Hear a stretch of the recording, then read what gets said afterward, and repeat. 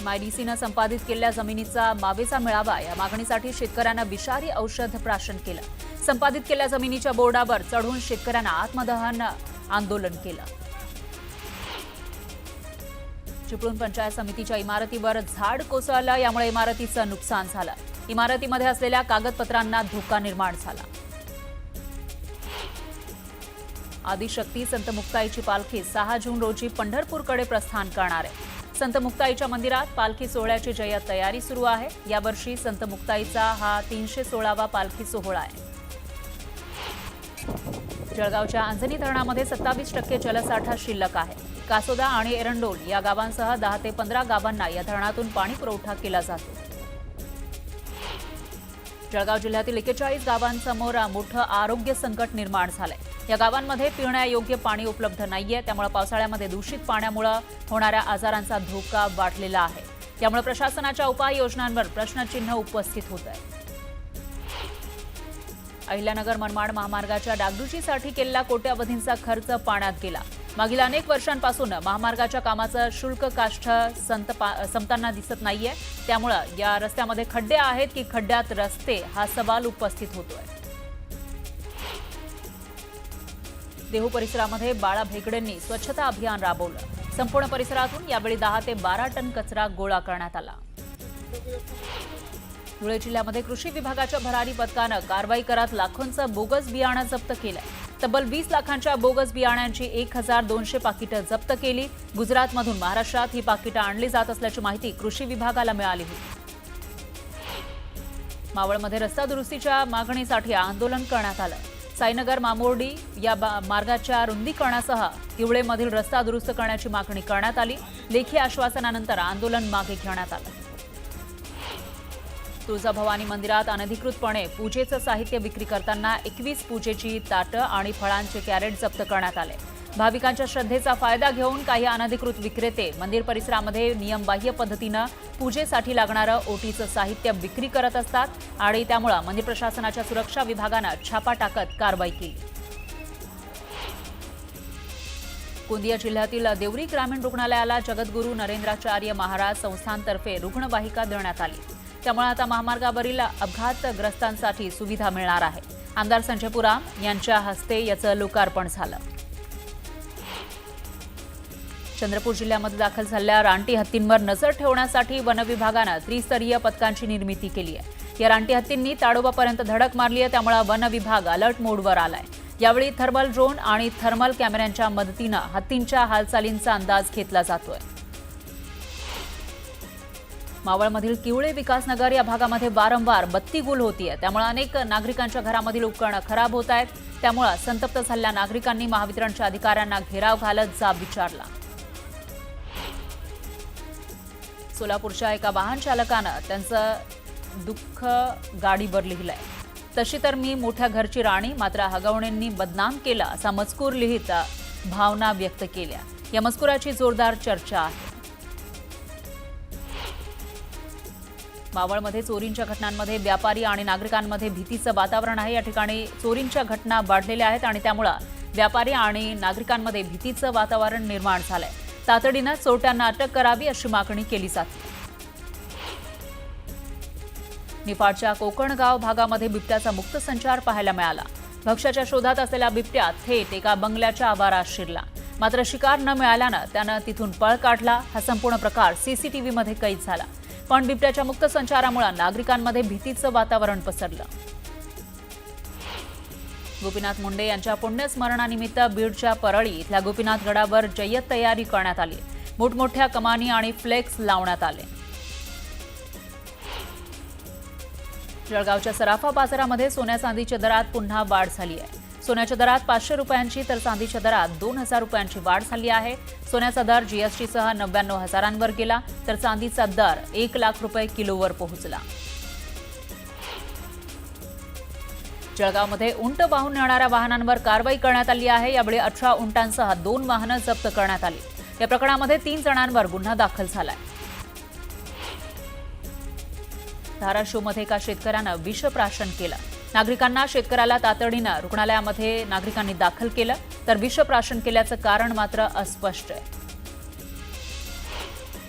इगतपुरी पिंपळगाव बसवंत परिसरामध्ये पोलिसांनी कारवाई करत अवैध गुटखा जप्त केला। 1,56,00,000 अवैध गुटखा जप्त करत पोलिसांनी इथं कारवाई केली। वाशिममध्ये साडीच्या दुकानातून 3 महिलांनी चोरी केली। चोरीची ही संपूर्ण घटना सीसीटीव्हीमध्ये कैद झाली। सतत चोरीच्या घटना टाळण्यासाठी चोरट्यांना अटक करण्याची मागणी केली जाते। शिवसेनेचे पदाधिकारी अशोक धोडी अपहरण आणि हत्या प्रकरणातील मुख्य आरोपी 5 महिने उलटूनही पोलिसांच्या हाती लागत नसल्यानं पोलिसांच्या कार्यक्षमतेवर प्रश्नचिन्ह निर्माण झालंय। न्यायालयानं वॉरंट जारी करूनही पोलिसांना आरोपी मिळत नसल्यानं संताप व्यक्त केला जातोय। हिंगोली जिल्ह्यामध्ये पोलिसांकडून कॉम्बिंग ऑपरेशन राबवण्यात आलं। एकाच वेळी 63 ठिकाणी कॉम्बिंग ऑपरेशन राबवण्यात आलं। यावेळी सराईत गुन्हेगारांची तपासणी करण्यात आली। लोणावळा शहरामध्ये चोरीच्या घटनांमध्ये वाढ झाली आहे। लोणावळकरांची सुरक्षा वाऱ्यावर आहे, तर पोलीस स्थानकापासून हाकेच्या अंतरावर 3 वेगवेगळ्या ठिकाणी चोरीची घटना समोर आली आहे। त्यामुळे पोलिसांच्या कामावर प्रश्नचिन्ह उपस्थित केला जातोय। सोलापुरात भीषण अपघात झाला। एका दुचाकीनं 6 वर्षाच्या चिमुकल्याला जोरदार धडक दिली। या अपघातामध्ये चिमुकल्याचा जागीच मृत्यू झाला। या प्रकरणी गुन्हा दाखल करण्यात आलाय। पिंपरी चिंचवडमध्ये अवैधरित्या पिस्तूल बाळगून त्याची विक्री करणाऱ्या 3 सराईत गुन्हेगारांना पोलिसांनी अटक केली। त्यांच्याकडून 8 लाखांची 5 देशी बनावटीची पिस्तुलं आणि 20 जिवंत काडतुसा असा मुद्देमाल जप्त केला। पिंपरी चिंचवडमधील विठ्ठलनगर परिसरामध्ये सिगारेट मागितल्याच्या रागातून एका 26 वर्षीय तरुणाची सिगारेटचा ब्लॉक डोक्यात घालून हत्या करण्यात आली।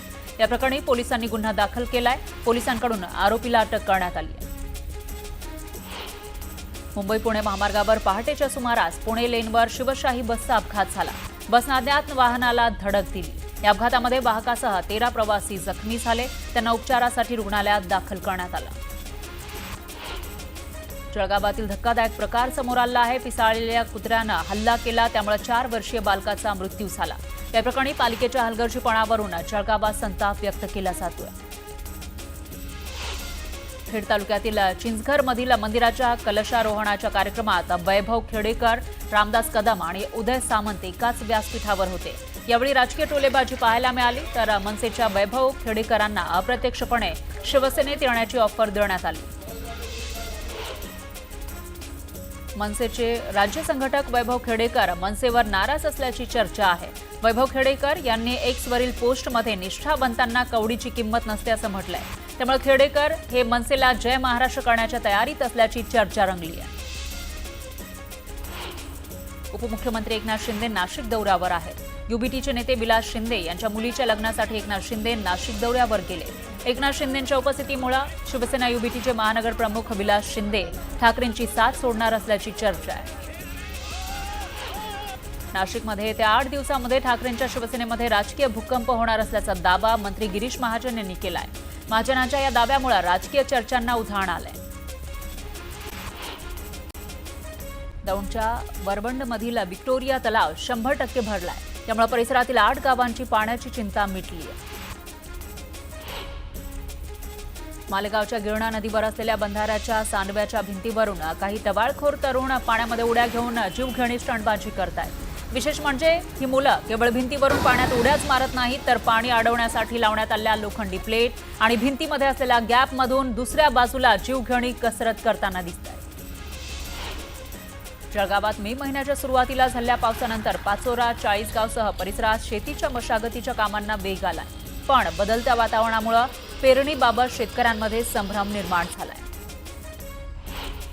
मुसळधार पाऊस आणि बदलत्या वातावरणाचा बेदाण्याला फटका बसला। त्यामुळे लासलगाव, निफाड भागातील हजारो क्विंटल बेदाणा भिजून खराब झाला आहे। यामुळे पंचनामे करून नुकसान भरपाई द्यावी अशी मागणी बेदाणा उत्पादकांनी केली आहे। विजेच्या समस्येवरून महावितरण विरोधात धरणगाव तालुक्यातील भोणे ग्रामस्थांनी तीव्र आंदोलन केलं। धरणगाव इथल्या महावितरण कार्यालयाबाहेर जोरदार घोषणाबाजी करत शेतकऱ्यांनी आत्मदहनाचा इशारा दिला। किल्ले रायगडावर 5 ते 6 जूनला तारखेनुसार आणि 8 ते 9 जून रोजी तिथीनुसार शिवराज्याभिषेक सोहळा होणार आहे। शिवराज्याभिषेक सोहळ्याची जय्यत तयारी केली जाते। 1500 पोलीस कर्मचारी आणि अधिकारी बंदोबस्तात तैनात असतील। उजनी धरणातून सोलापूरला पाणी पुरवठा करणारी नवीन पाईपलाईन फुटली आहे। त्यामुळे महामार्गावर पाण्याचे 30 ते 40 फूट उंच पाण्याचे फवारे उडाले। यामुळे लाखो लिटर पाणी वाया गेलं। छत्रपती संभाजीनगरला पाणी पुरवठा करणारी पाईपलाईन पुन्हा फुटली. 700 मिलीमीटर पाईपलाईन फुटली, त्यामुळे हजारो लिटर पाणी वाया गेलं. रस्त्याच्या चौपदरीकरणाचं काम सुरू असताना ही पाईपलाईन फुटली. पिंपळगाव बसवंतमध्ये शेतकऱ्यांनी आंदोलन करत कांद्याचे लिलाव बंद पाडले.